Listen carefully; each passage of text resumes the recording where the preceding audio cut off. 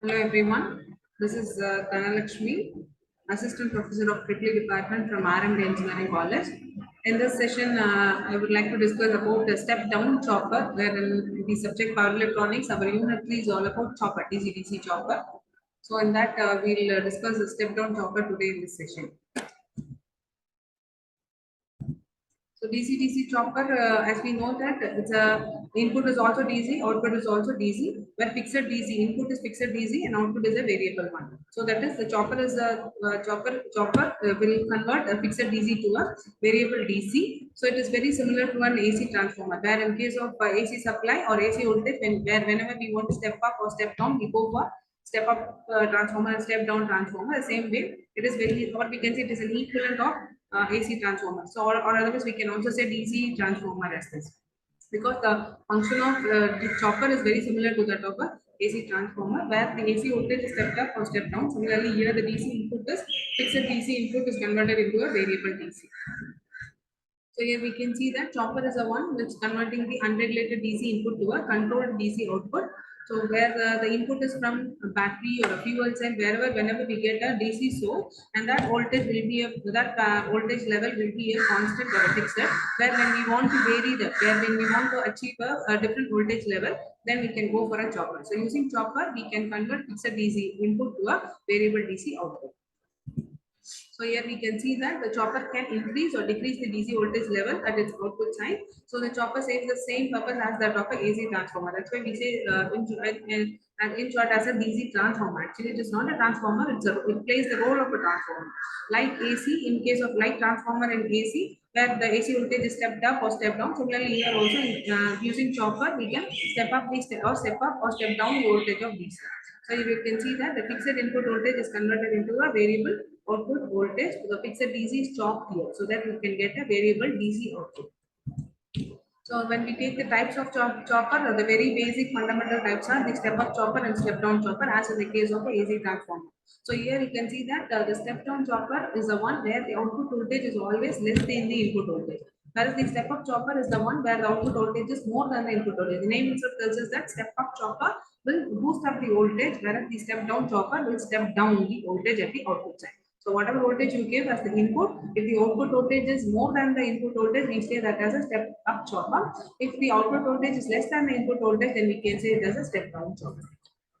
And for this session's discussion, let us take the step down chopper. So here you can say the step down chopper is actually does the buck operation, where it will step down the output voltage. That is when compared to input voltage, output voltage will be less. So V0 will be less than our input voltage Vs. So here you can see we have a source and there's a chopper. Chopper is a switch here. This switch can be anything. This switch can be a BJT or IGBT or MOSFET. Right. So here we have a chopper switch. So on this side we have source, a chopper switch, a freewheeling diode FP, and a filter inductor and the load. So actually the source and load are connected to the chopper along with the filter inductor and the freewheeling diode. So this is the configuration of the step down chopper.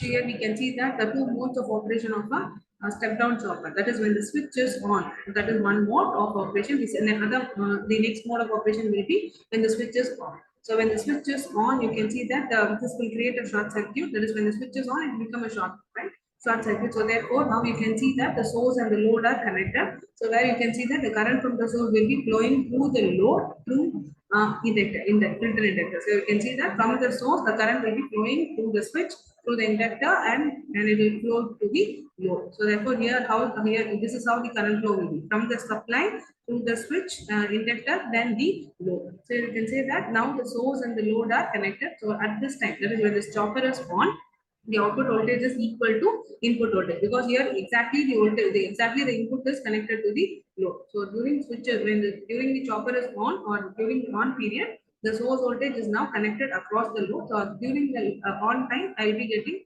output voltage exactly equal to Vs. So here you can see in the waveform, during the T on period, the output voltage is exactly equal to Vs. Right? So this is the first mode of operation. That is when the chopper is on. That is when the switch is on. Now, when the switch is turned off, there is a second mode of operation, that is T off. During the off period of the switch, you can see that when the switch is turned off, now this part becomes open, and now you can see that the source and load are disconnected. The source is exactly disconnected from the load, and here you can see that now if the load is an inductive load, it has to freewheel its energy. So for freewheeling, it needs a path, and that's why we have a freewheeling diode here. So now the energy from the load. So here you can see that now the energy from the load will be freewheeling through this freewheeling diode. So you can see that arrow here that shows you that how the load is freewheeling its energy. So the energy from the load will be freewheeling through this freewheeling diode and the inductor. Right. So now this is a freewheeling period, and during this freewheeling period, output voltage will be zero. Why? Because as you know that since here the switch is open, the source is disconnected here, and here we have the freewheeling load which is conducting, right, which is freewheeling which is freewheeling the load's energy. So therefore here you can see that the freewheeling diode is conducting, which means that it is a short circuited path. So whenever you take a short circuited path, the voltage across the path will be zero. If the voltage across the freewheeling diode path is zero, the same voltage will be now be there in the load because they both are parallel. Right? So therefore, if the voltage across the freewheeling diode is zero, then the voltage across the load will also be zero. So that's why you can say that when the chopper is off, switched off, the voltage will be zero. When the chopper is on, the voltage is equal to the source voltage. When the chopper is off, the voltage will be equal to zero. So therefore, here you can see during T on, the voltage is Vs, and during T off, the voltage is zero. The total time, that on time plus off time, the T on plus T off is altogether is what called as the chopping period T. Right? So T on plus T off is going to be my chopping period T. So that's we can see here. So the T is the chopping period. So during chopper on, the source and load are connected, and exactly the output voltage will be equal to Vs. When the chopper is off, that is during off period, the source is disconnected from the load, and now the load will be freewheeling its energy through the freewheeling diode. So here, when during the freewheeling period, output voltage will be zero. So on an average, if you take, obviously the output voltage will be less than the input voltage. So here we can see that the average output voltage V naught is equals to alpha times Vs, where alpha is what called as a duty cycle.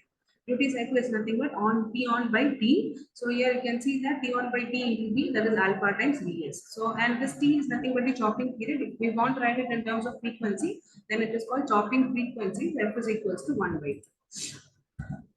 And here we can conclude that as we discussed previously, so the average voltage when you take it for average voltage for both on and off, the average voltage will be less than the input voltage. Why? Because if you see that when the switch is off, the output voltage is zero, and the switch is on, the output voltage is equal to Vs, right? So when you take the average of for one period, for one chopping period, then obviously the average output voltage will be less than your Vs.